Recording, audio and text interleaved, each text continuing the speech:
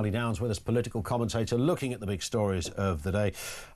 Here's an interesting one. Donald Trump has ordered the release of the final classified JFK assassination files. Let's have a listen to Walter Cronkite. He's the legendary American newsreader, bringing the news to the country and the world back in the day in 1963 that the president had died. From Dallas, Texas, the flash, apparently official, President Kennedy died at 1 p.m. Central Standard Time, 2 o'clock Eastern Standard Time, some 38 minutes ago. There it is. He was around until recently, that guy. I saw him interviewed. Really? Obviously, he will always be remembered for that famous clip. But the declassification of the remaining documents of JFK has been released. Trump signed the order yesterday. The problem is with that sentence, it's the declassification of the bits they can declassify, which apparently is about 1% of the file and doesn't mention the CIA.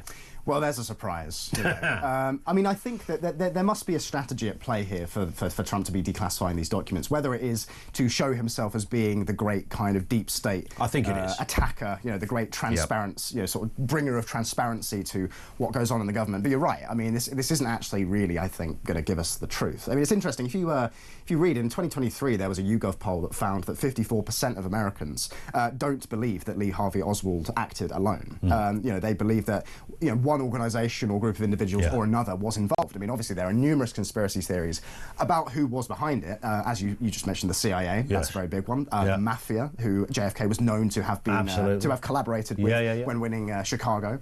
So Frank Sinatra, I think he got accused once. Indeed, yeah. So who knows? It wouldn't have been so suspicious had the bloke that killed him not then been killed himself. That's weird. Really what made it. I'm trying to remember who the guy was. It Jack Ruby? Yeah. That rings a bell. The other assassin. So yeah, that clearly, you know, we got the guy who did it, and then bang. In fact, that was televised. I think that moment because Oswald was filmed walking through the police station, and then bang. You know, somebody shoots him. It doesn't. I mean, I don't think it's particularly out there or controversial to suggest that that Oswald did act with the support of some organisation or another. And I mean, if you listen to what JFK was saying about the deep state, the intelligence services in America, how he wanted to break the CIA up and hand over intelligence operations to the military. He kind of, you know, it's not a million miles away to suggest that maybe they were involved because they didn't want their power and influence being taken away. Yeah, spot on.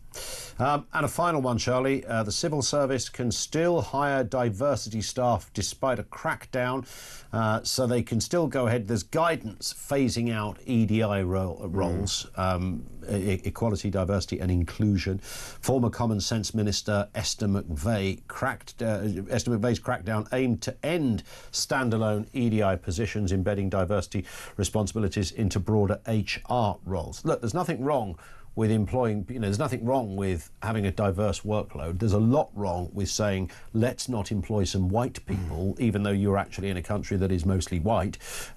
You can't imagine that conversation in Lagos, in Nigeria, going, you know, you've got too many black people in the boardroom, you need to get some whites in here pretty quick. That probably wouldn't happen. But for some reason, colonial. Yes, the sort of self-flagellation of, you know, certain departments and thinkers and bosses and governments and local authorities has led to this insanity that, oh my God, it's too white in there. We can't have this. We need to get some people of different religions and faiths. And it's a really strange aspiration. If people of other religions and faiths are being precluded because of their religions and faiths, I would equally argue as passionately that's also wrong. But the idea that you would somehow desire to employ one person above another because of a characteristic is extraordinary.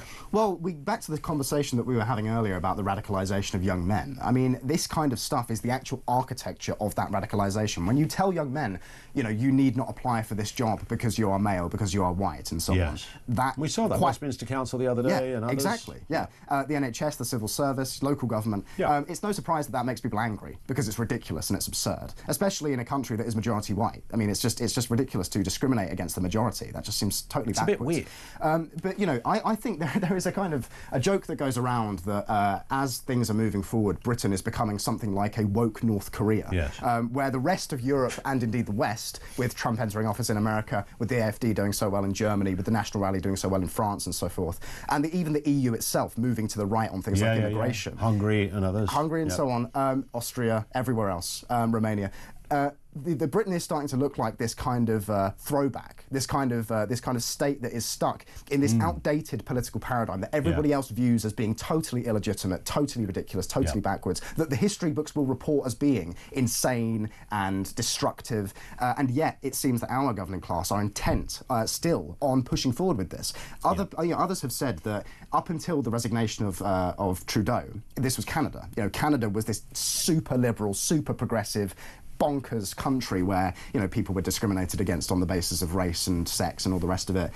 But Trudeau's resigned now, you know, and so that really does just leave Britain. I mean, where else is there that's still into this stuff? Yeah, we might get Mark Carney, the former governor of the Bank of England, in that role. What goes against what you've just said, actually, Charlie? You said about, you know, in a country where there's a white majority. That doesn't mean anything to the cool kids over there at Westminster Council, because they've got this new phrase in town, the global majority. Well, are you part of the global majority, which is sort of suggesting it's their way of going, no, we're not discriminating, we're just we're employing people from the majority. Well, that actually, I think, is a real mask-off moment, because I've heard that phrase before, and then you can actually frame it in terms of, okay, so white people are a global minority when we look at the actual number of, you know, of the different groups that exist, and so you're going to discriminate against them on the basis of them being a minority. Yes. Like, suddenly this starts to look a little bit... You can reverse engineer that phrase. But, you know, again, as with so much of what we've talked about today, this too will be remembered as just a symptom of the, you know, insanity, the spiritual sickness that has inflicted our societies for so many decades. We are living in an upside-down world, kids. Charlie, thank you. Always a we will see you soon. He's Charlie Downs.